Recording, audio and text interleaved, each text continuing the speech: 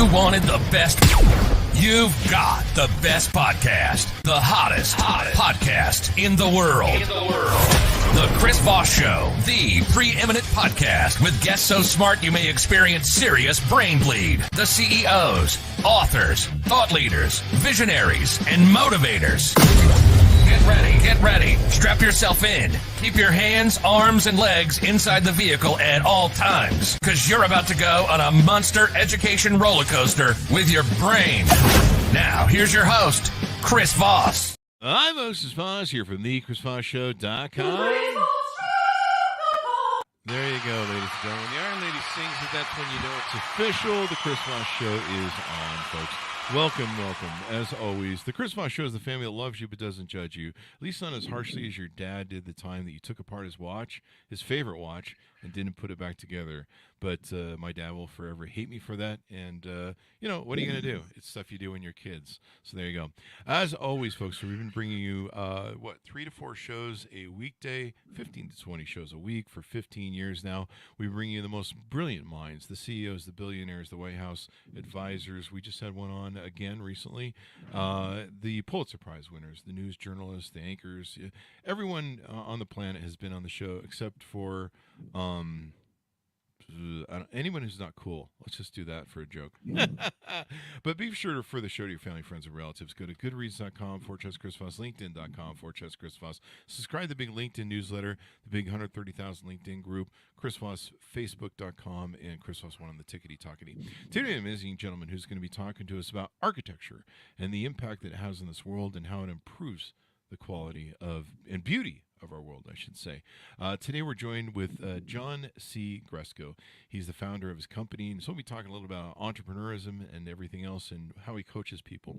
Over a rich and diverse 25-year career, John Gresko has adeptly navigated various professional roles, showcasing his versatility as a project coordinator, office librarian, job captain, project architect, constructional administrator, lead designer, technical director, and AIA National Building Performance Advisor. Notably, he served as the leader in Southern California, overseeing all aspects from personnel to products. Under John's supervision, the company achieved financial success and earned accolades for its work culture. For 5 consecutive years, it was named the best place to work in architecture in the country, highlighting John's commitment to fostering talent and innovation. His leadership shaped the company's financial trajectory and enhanced its industry reputation. He leverages his extensive career experience and has embarked on 2 entrepreneurial ventures, a groundbreaking architectural practice, and coaching business.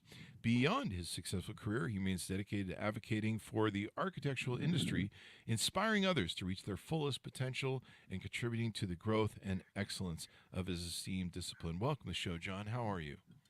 I am great, Chris. Thank you for having me, and I'm really glad to hear that you think architects are cool. They are. I mean, can you imagine how ugly this world would be if it was still, the IBM man universe where everything just built as monoliths? Yeah, no, I can't imagine that. No, the world needs architects. The country needs architects, and I've got a message about architecture. There you go.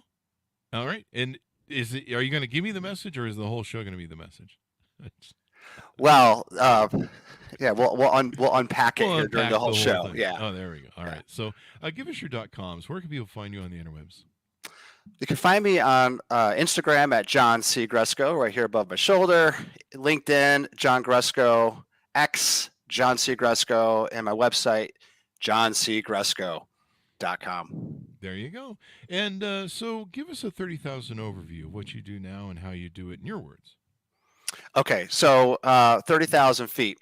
I'm a practicing architect. I just started my own company 7 months ago. Mm-hmm. So I'm still a practicing architect. I'm still working in the field of architecture, the profession of architecture, but I'm also coaching on the side. So over, all those careers that you've mentioned in my bio, those are all different aspects of architecture within an architectural firm and a practice. Mm-hmm. And so what I was trying to convey there is that I have a very well-rounded experience in the profession. Mm-hmm. And oftentimes architects are pigeonholed right out of college into a particular lane.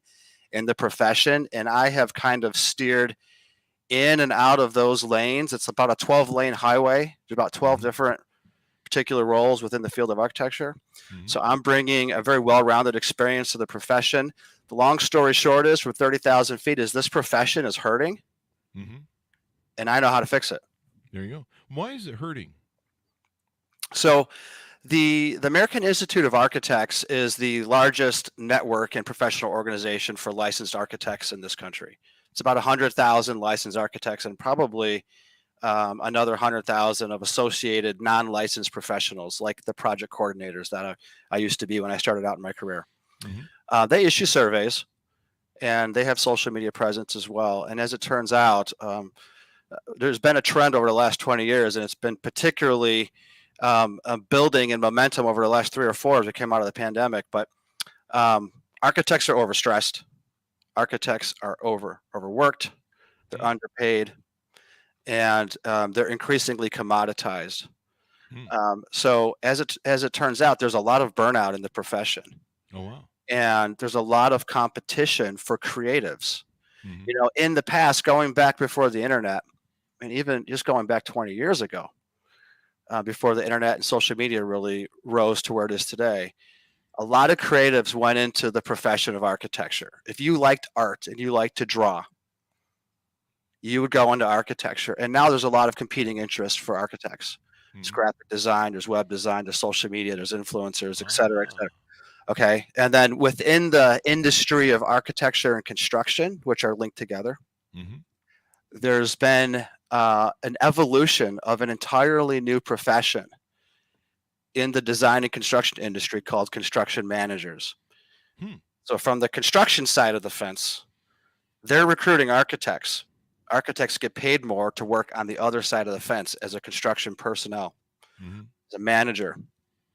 And they're having more influence on the way we practice our profession. So there's a lot of external influences, and then there's some internal influences, like we lowball one another and we compete against one another. And as it turns out, architects are really not good friends to other architects, and I'd like to see that change. Wow. So we need to get architects to be nice to each other, basically. That's what you're saying. We do. We need to actually unify. And if we all would stop racing to the bottom on our fees and stopped commoditizing ourselves, we could all, as an entire industry, live better. As it turns out, amongst the sort of traditional white collar professionals, architects, if not at the bottom, are ranked very near the bottom. You look at doctors and lawyers and engineers. Architects have always traditionally been at the bottom. It's not a profession you get into to make a lot of money. It's a profession you get into because it's your passion. And I have ways to change that for people, which is really the premise for my coaching. So as a private practicing architect, now having my own firm, I'm implementing a lot of this, but also I want to help build back up this profession, which is, if it's not the first, it's one of the oldest professions in human civilization. And it's kind of due for some disruption. There you go. And so when you coach with people, do you help them maybe, make more money, bill higher billables, justify their service better, sell themselves better, et cetera, et cetera? Yes, all of the above. Yeah. There you go. So why is architecture important? Let's lay a foundation for that. We had David Camp on the show, who wrote a book about nature design and health and landscape and architecture.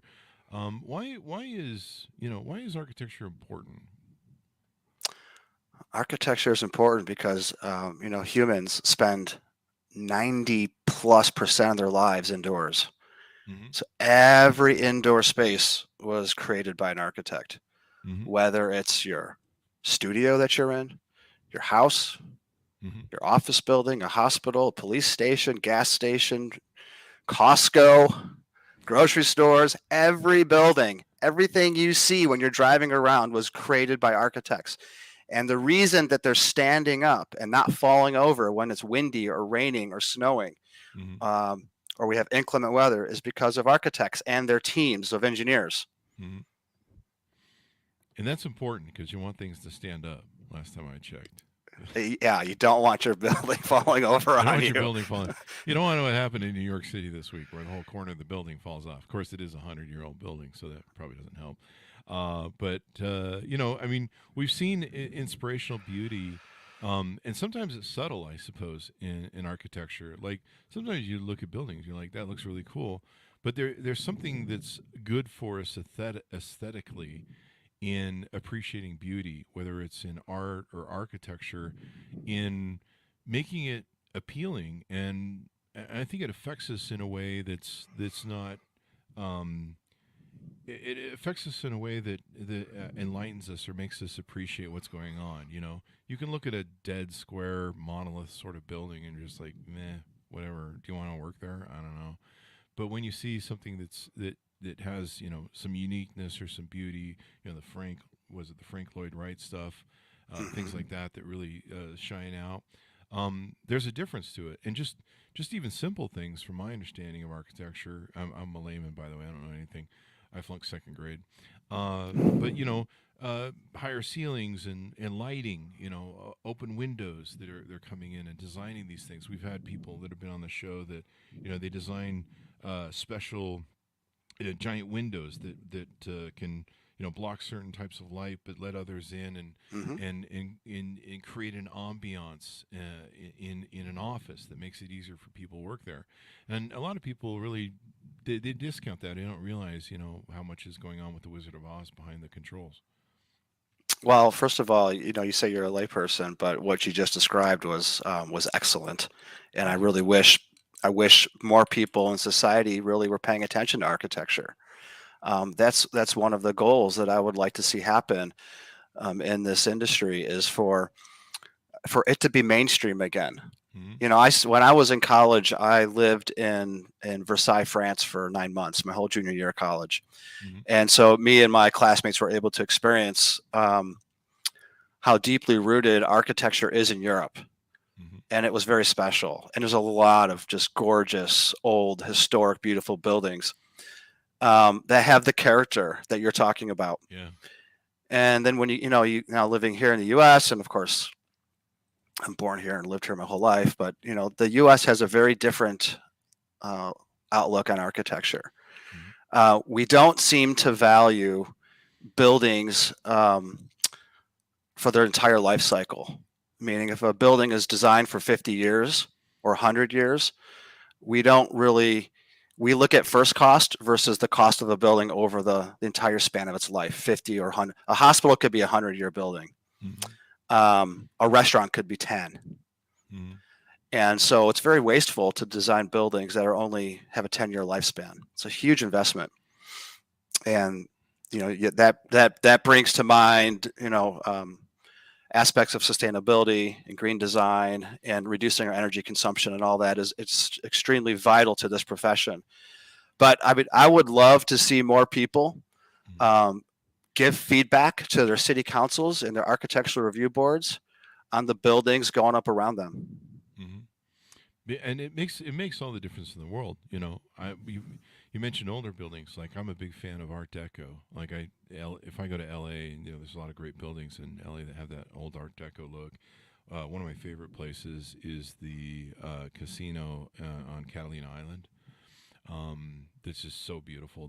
The artistic nature of it and what went into it. The Chrysler Building, of course, the Empire Mhm. State Building. All these different buildings that they're just iconic when you see them. The Frank Lloyd Wright stuff. I want to say Weber for some reason. Why am I doing that? Insane. So, do you guys have the problem in the business where, there's not a lot of influx of new people joining it because everyone wants to be a TikTok star these days in the youth? Yes, it is. I think I can't say with any specificity, but my hunch is that again, there's more competition for creative, artful people, Hmm. and so we're getting, I think, fewer and fewer of the top talented candidates into the profession, Hmm. and they're seeking, other ways to make a living. Hmm. And I mean, is it an income that's a deterrent, or it's just hard work, or Does everyone want to be a TikTok star these days? Which is Oh, everyone wants to be a TikTok star. I mean, the kind of money that you make on TikTok is unbelievable. I would trade it all in for the money that they're making on TikTok. Yeah. That's why I have an OnlyFans on the side. No, Yeah, well, I'm still reluctantly gonna. Never mind. So back to your question. Why don't people get into architecture? Yes, there are distractions. However, it's a very conflict-heavy profession. Mhm. That's something I didn't realize when I was going to architecture school at the University of Illinois in Champaign-Urbana. I did not realize how much conflict there is. There's conflict every day. Really? It's a tough profession. Um, yeah, let me give you an example. When you design a car, if you're a car manufacturer Mhm. and you're working on a new Toyota Prius, and you're going to iterate and draw and create 50 to 60 prototypes of a specific model Mhm. before it gets released to the public. Okay, so there's not a lot of recalls, right? The goal is no recalls. Make a lot of money, no recalls. In architecture, the prototype is the final product. You are building it, designing and building a building. It's the first time it will have ever existed in that spot on Earth, Mhm. ever.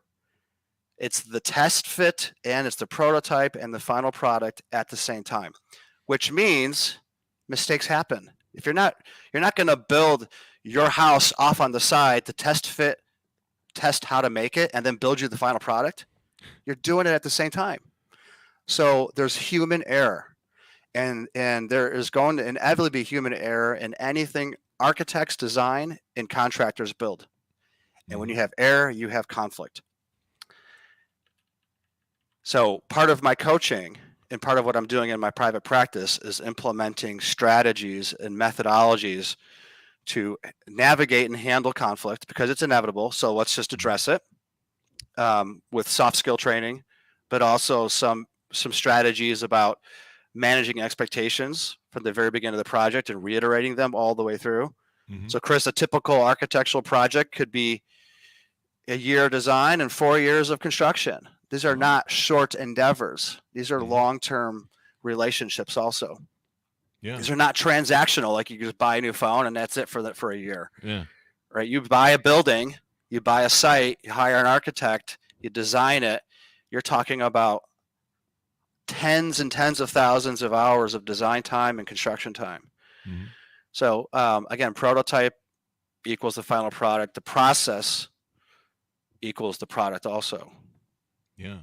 And the value of the building can be enhanced by the architectural design of it, and its appearance and its how aesthetic beauty it brings to maybe an environment.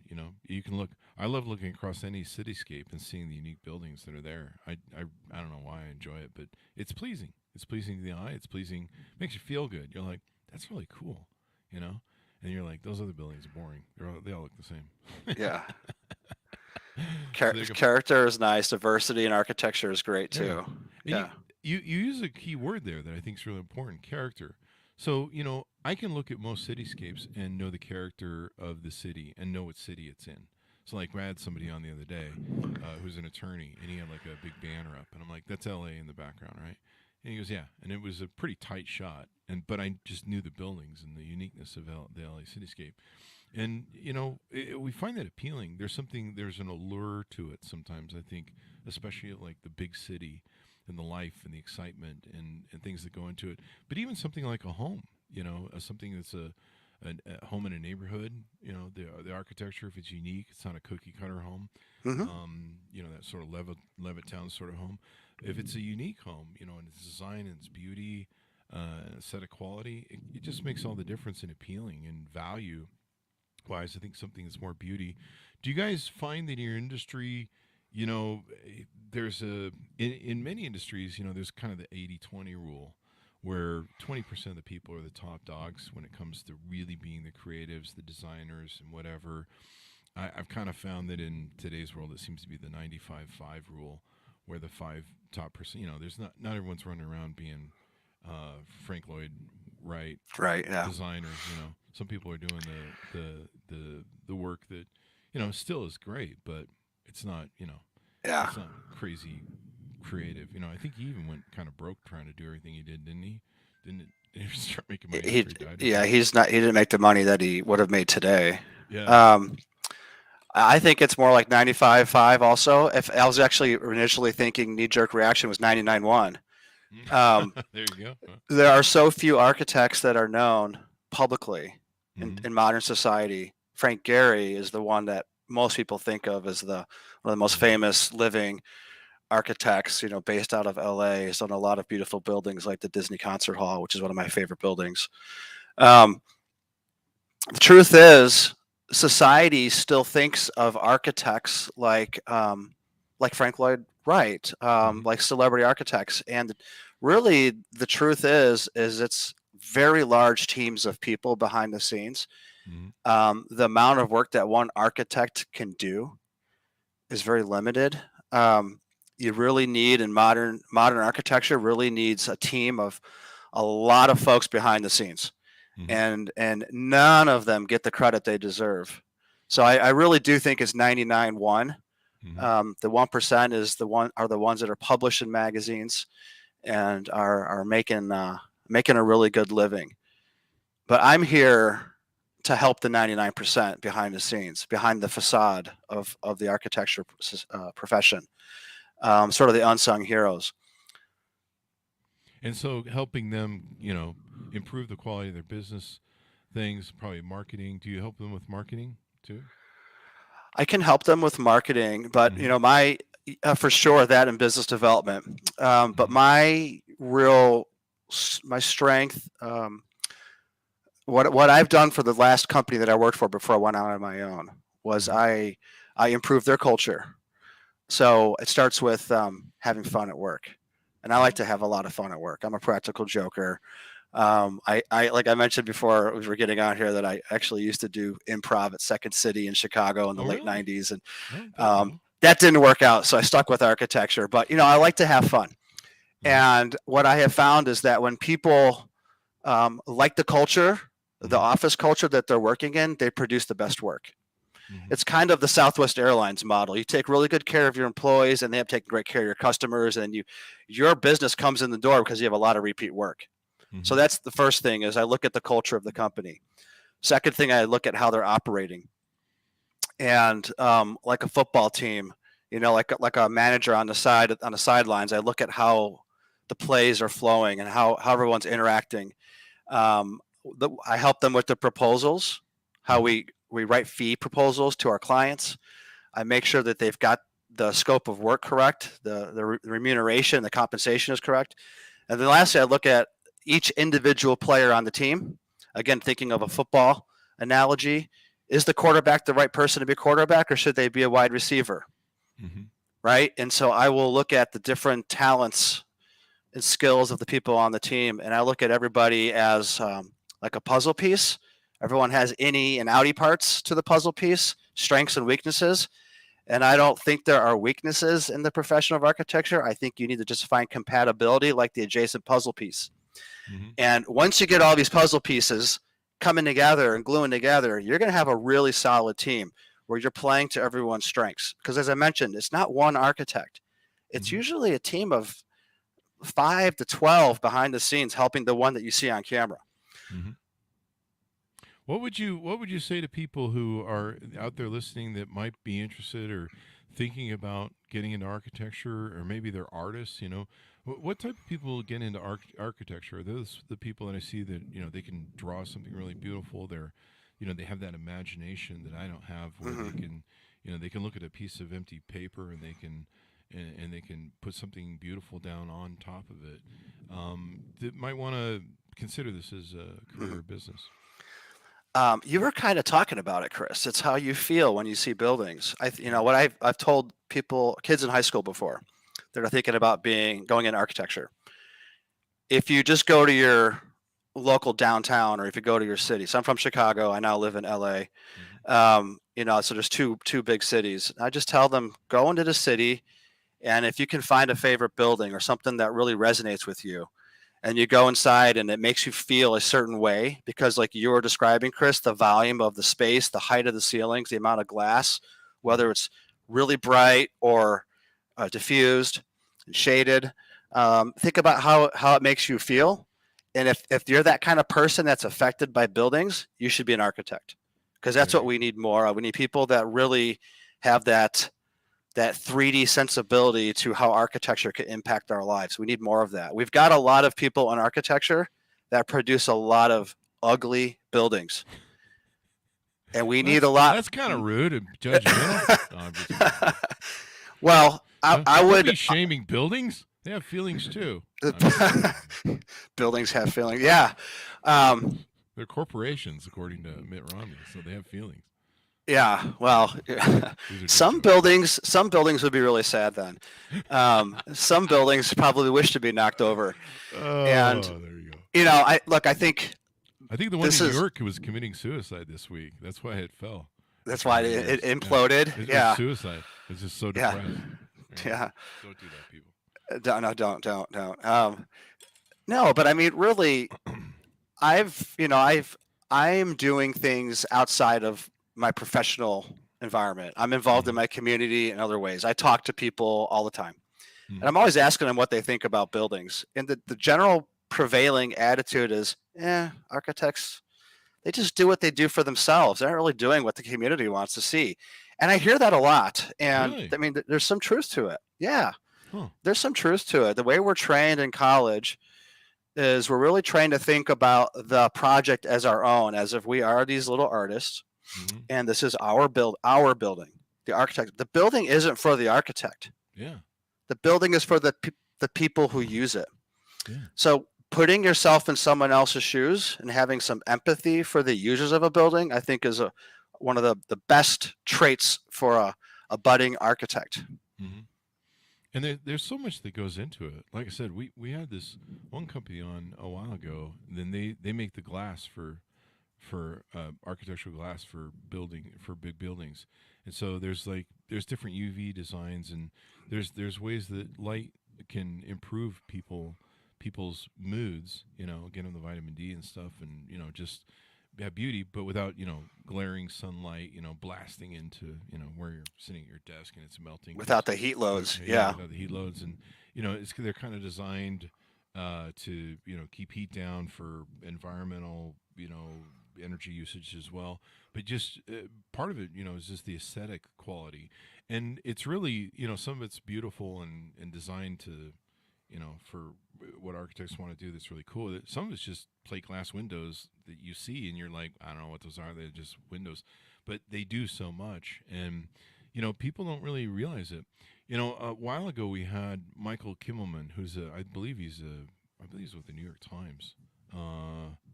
He's with the New York Times. He's an architect critic and writer, and he started doing this thing, and I believe it was during COVID, because the city was kind of dead and empty, and they would do walkabouts where they would go around and he had places he picked out in New York that these architectural kind of interesting things, like maybe the Chrysler Building, or what's the building it's a diamond shape that's cut, and it kind of sits funny, that's in New York. It's right on the edge, but that's kind of a unique building. It cuts a V through the road, and roads have to converge around it. It was built a long time ago. I think someone recently bid on it and bought it. But he did a thing where they would walk around and they would do tours of walkabouts, if you would, of incredible buildings. Back in the early 2000s, when Instagram was really big, we would do photo walks where we'd take photographers out, and some people just bring their stupid phone cameras and stuff. But we do photo walks where you'd walk around a city and take photos. And I've done a lot of photo jaunts where I've gone out. I'll do day jaunts where I take the cameras out and then I just go photograph stuff. So I've done a lot of like LA, Venice Beach, shooting stuff. And so maybe there needs to be more of that, like appreciation things to, get people more aware of the beauty that's in their city and some of the history, the history and the stories are what makes it too. Oh, I love that. I'd like to see society make architecture mainstream again. Yeah. It's just it's one of we're too busy looking at our phones to really care about what's really around us. We're too busy looking at our phones to even drive our cars, let alone look at the buildings on the side of the road. Yeah. It's tough. There's a lot of competition, but I mean, I'm here to say that architecture is it's one of the oldest professions. Humans had to have shelter and protection and security, and it happens inside buildings. We need places to live, work, play, heal, be educated, and so and I think over the last 20 or so years, architects, not all of them, there are some really great examples of architecture. Don't get me wrong, but I think it's the industry that prioritizes the first cost of a building, and through commoditization of architects, the race to the bottom for fees produces by no other way possible some of the ugliest buildings out there. Right? If you're competing on fee and not on your skills and talent and not on your own reputation and abilities, and you just have to provide something that meets the code barely, and your client doesn't care about aesthetics or about even being part of a neighborhood, they just need to get a building up, get it up, let's get out of here and sell it maybe. That doesn't really help. That doesn't really help the surrounding landscape. Yeah. I had a college professor, Dr. Michael Kim, who mentored me through my master's degree in architecture and civil construction management. But he kind of coined this phrase, Mironic design, and it's Greek for being a part of. Oh, okay. Okay, so whenever we design buildings, we should always think about the context around where they're going. And that's the Miros part, trying to be part of something greater than yourself. It's a great concept for every single thing on earth, but particularly for architecture, because the architecture has an ability to change the entire backdrop of a neighborhood or city or street. There you go. So is it more the issue of the people who are buying aren't appreciating architecture as much as they should, or how's that work? It's not the people that are buying. So it depends what kind of building it is. But let's just take a commercial office building, for example. The client might be an investment company, and they're just motivated by ROI. Okay, well, ROI is kind of at. I'm not saying you can't do great architecture on a budget, because you can, but it's harder. And I think so. Oftentimes you have other more business interests in the development and design of architecture than the essence of what the architecture is for. There you go. And so it's just, I mean, if you raise the value of what you're pricing your stuff and what you're doing your stuff, and everybody follows the same format, then there you are. We see that in the podcasting business, where everybody thinks if you just get a mic and talk into a phone, and I have so many people that come to me and they go, "I want to start a podcast like yours, Chris," and I'm like, I've been talking for 16 years, and it's kind of my thing. Being a CEO of companies, that you have a mouth, but I also find people interesting, and stories interesting, and I love collecting them. I'm a story collector. I'm a griot, if you will. To me, it's valuable, but I'll have people say to me, here's my idea for a podcast. I'm like, you have an episode, you have like half an hour talking points. That's not a podcast, and I don't know what you're gonna. And that's why, like 98% of them fail. And so it's interesting to me, how many people can do the work. But if everyone kind of in the business said, hey, we're not going to take this amateur stuff in the business anymore, and let's raise our professional standards, I think it would be great. But also coaching how to do better business, like you're doing, how to improve your game from across the thing, probably can really help raise ticket sales, or move into higher ticket sales and what people want. And part of it is too, correct me if I'm wrong, because I'm not in your industry, but I've been a salesman all my life, and I've owned a lot of companies. And the one thing I've learned is part of selling is selling the value of what you have over something else. And, there's a lot of competing interests in just about everything there is. But being able to sell yourself as like, this is why I'm fucking different. This is why I'm worth being paid more. and this is why you should do business with me, makes all the difference in what I'm selling. And while not everybody may not be able to afford it, or may be able to see the value in it, some people are like, oh, we don't give a shit, whatever. The people that I can convert will be the core sales, and that's kind of what every company does. It sells a value aspect of return for investment on value. Do I want to pay the cable company $100 a month? Well, Mm-hmm. if I want to enjoy some of these whatever's on Netflix this week. I don't know why people are paying $100 for cable. I am, so I don't know why. But there's a trade-off value, and when it comes to high-end stuff, there's a way to sell that as well. Is there the same in your industry where you find if people can demand and sell better the value of their product, they can command a higher ticket price? Yes, that's that 1%. Mm-hmm. Yeah, the 1% has the reputation, and it's predominantly an aesthetic driven, big name reputation. The star architects is what we call them. Mm. For the other 99%, they're somewhat indistinguishable. Mm. I've worked for several large companies, some of the largest in the world. I've worked for small companies, and I worked for medium-sized companies, and they all kind of blend together. And so that is exactly what is contributing to the burnout, the low revenue, the stress, the lack of growth for architects in the industry, because everyone's doing it the same. Yeah. And sadly, and I'm going to get criticized for this, but sadly, most architects in the business are in it for themselves. The big distinguishing factor going forward, what I'm advocating for, is that we need to think of ourselves as service providers, not the know-it-all master architect of the 2,000 years ago. Okay, we are leaders. We need to be managers. We need to have our clients' best interest at heart always. And I have found the greatest success, my value, I think my value in particular, is that I am my client's biggest advocate. And so if my client says, I need the following, I need the building to perform this way, and I need it to have this and that, and a particular ROI, I can do that for them because I understand what they're asking for.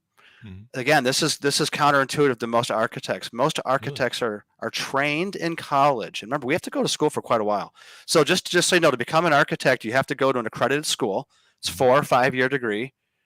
You can go on for postgraduate and masters, which will reduce some of your career mentorship time that's required, or you can just go out with a bachelor's and work for a while. The average time frame after college to become licensed is you have to acquire about 5 years of on-the-job training before you can sit to take 6 or 7 exams. Wow. These exams take 3 or 4 years to pass, average. I've been doing this for 25 years. I still know people that are trying to take their exams and get through them now. It's ridiculous that it's taken that long. Everything in architecture is against the architect succeeding. Laws and codes and regulations and architects beating up on architects, and now we've got really tough exams that are difficult for people, particularly people that don't speak English as their first language, to pass them. And we need more talented architects in this country. But anyways, my point was, in school, and even a lot of young architects have a very self-centered view on their design. And I'm trying to say it's not the architect's design, it's your client's design. Yeah. And when architects start speaking like business people and think about what the value, don't think about who we are, think about what you can do as a service provider for your client. That's what makes you more valuable to them. And that's how it is in any business. I mean, everything you're citing in what we're discussing today, these are all lessons for entrepreneurs. Even like coaches, you mentioned how, everybody tries to do everything and look the same, and it just is bland to anybody seeing it. And they're just like, I don't know, what's the difference between these people? And differentiate, I learned a long time ago in sales, I have to differentiate myself and infer provide or, be able to sell them, that I have a higher value and then I can do something different or better for them. And as you mentioned, have their interests at heart. Every one of my sales teams is taught to ask people, what are you trying to accomplish? And shut up and listen is the first question to the client, other than hello. And helping them achieve what they want to take and do. Is there an aspect of, one of the aspects of architecture is, protractors and pocket protectors and all that nerdy sort of stuff. Is that one of the issues maybe with your industry where you need more like, I don't know, Joe Namath type rock stars, people walking around, being more flashy and, I don't know, putting more pizzazz into the thing? I don't know. Well, first of all, architects are supposed to be cool. We wear black. No, the engineers are the nerdy ones. They're doing all the calculations to make our structures stand, and they're the ones with pocket protectors. But we all use computer programs now. We don't really do a lot of hand drawing anymore. Mm-hmm. Can the architecture business use a celebrity public figure? Maybe. Maybe. We've had our handful of reality TV shows. Like I go back to Trading Spaces. Uh-huh. I used to call that show "Pimp Your Neighbor's House," mm-hmm. because you would just go and mess up your neighbor's house for TV. That kind of did a disservice to design professionals because, again, it made. Do you remember the TV show? What was it again? Trading Spaces. Trading Spaces. So you would switch homes with your neighbor for a week, and then you'd each change a room in their home, and they could be surprised on the following weekend. Yeah, or horrified. So there's a lot of shows that have come out. So that's probably a show that's 20 years old now, but that was kind of the first wave of reality interior design TV shows and flip your home shows, and a lot of them do a good job, but a lot of them just do what's in the best interest of the designer, and they do that because it's in the best interest of ratings and getting good TV viewing. It's not necessarily how designers and architects work. Which I think it's done a little bit of a disservice to our profession. I think people are a little scared of architects. Like, what's this person or what's this team going to do for me? I'm giving them a lot of money. I'm a little worried about what they're going to do. So now I'm going to hire a construction manager to manage them because I don't like conflict as the client. So I'm going to have someone else manage the architect. Mm-hmm. And you'd be surprised to know that in most institutional, civic and public and even some very large commercial endeavors, the architects are managed by a third party because we have a bad reputation in the industry of just doing what we want to do and over designing. Wow.